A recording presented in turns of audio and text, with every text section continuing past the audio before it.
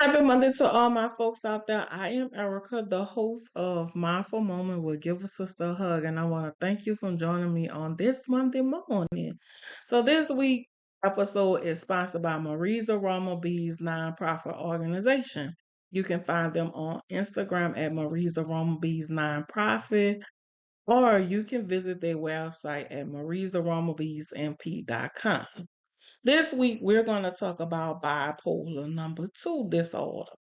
I'm going to go ahead on and share my screen because I like to share my screen because I want people to, if there's any information that's on here that they need to jot down for a friend or a loved one, here it is. So our first slide is the mindful moments. Give a sister a hug. And we're going to jump right into what is bipolar number 2 disorder. It's a mood disorder on the bipolar spectrum. One At least one episode of hypomania and one episode of manic and major depression. A person who affected by bipolar number 2 disorder has at least one hypomania episode in their life. Most people with bipolar disorder number 2 has episode of depression. So all that's saying is bipolar number 2 is on the spectrum, the bipolar spectrum with mood swings. And this person is going to have at least one hypermanic episode in their life. Not to say they may have two, but at the most they're going to have one. And this person also is going to a have an episode of depression.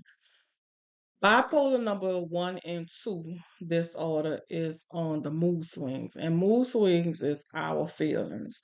It's how we feeling, what we going through, the ups and downs in our lives, and just the feeling down. All that's considered of mood swings, like major depression and different things of that. So that's all in that category. That is why sometimes they have at least one episode of depression because they're feeling down. And when you're feeling down, all kind of things are going on in your head. Who can suffer from bipolar number 2 disorder? Everyone. And everyone with bipolar number 2 disorder can suffer before the age of 50. Symptoms that we need to watch out for someone who may be experiencing bipolar disorder number 2. They fly from one idea to the next one.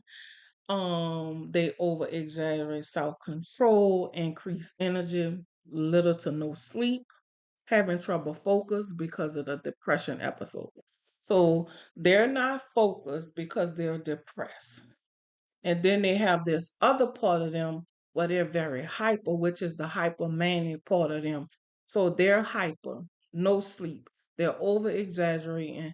They're just flying from one idea to the next. So it's someone with bipolar number 2 have so much going on in their head that they're trying to comprehend it all. They're trying to piece it all together because it's so much because they have the depression side and the hypermania side of them. So that's what people with bipolar, if someone with bipolar, those are the symptoms that you watch out for. This being diagnosed with bipolar disorder number 2. This person have to have at least one episode of depression and at least one hypermania episode. So before a mental health professional could diagnose one with bipolar number 2 disorder, you have to have at least one episode of depression and one episode of manic hypermania. With me? Okay. So treatment. Everybody can be treated. I say this all the time.